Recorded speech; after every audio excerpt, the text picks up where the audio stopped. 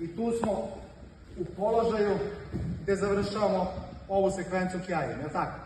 I sada u zvaničnom bunkaju, kada radimo, ovaj pokret neko objašnjava kao udarac nekoga ko se nalazi iza nas, mi ga ovde objašnjamo više kao udarac laktom, ali ni jedno ni drugo baš i nema mnogo rezona, tako?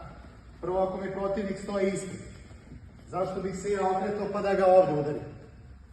To nema neke naročite logike. Ili, opet, ako sam tu, zašto bih nekoga ko mi dolazi sa leđa čekao da udarim ovde? I sada kada vidimo kako se bacanje zaista izvodi, vidite da možda ipak ovo nisu udarci nego bacanje. Znači, tu sam.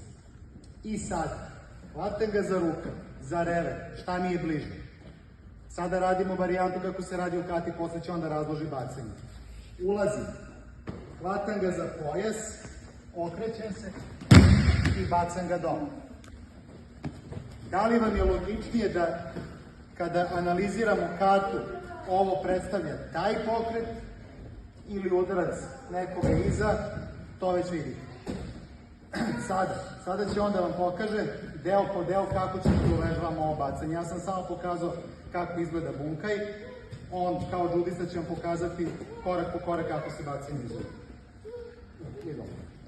Znači, uvijek je goši.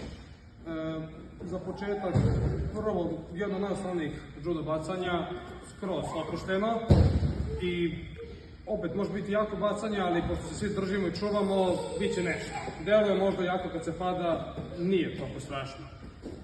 Šta su nam neke male šifrice? Prvo, ne smijemo da imamo rupu između nas. Ovde vas čovjek kontira i budete bačani. Znači, omak odmah. Morate da imate kontakt sa kukom. Ovo je kuk bacanje. Ili u nekom grubom prevodu mali kuk. Znači, kad radimo ukigoši, tu, skroz kontakt sa čovekom. I sad, ubacujemo samo ovako i, evo, prenesem ga preko kuka. Ništa manje, ništa više. Jako lako bacanje, ne trebate uopšte da koristite ni puno snage, samo prenosite čoveka preko kuka.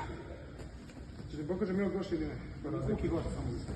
Znači, hvatamo ili ruka, da, to je na leđima, tu ili za pojas. Možete čak i u početku za pojas da bi vam bilo možda bolje oslonac.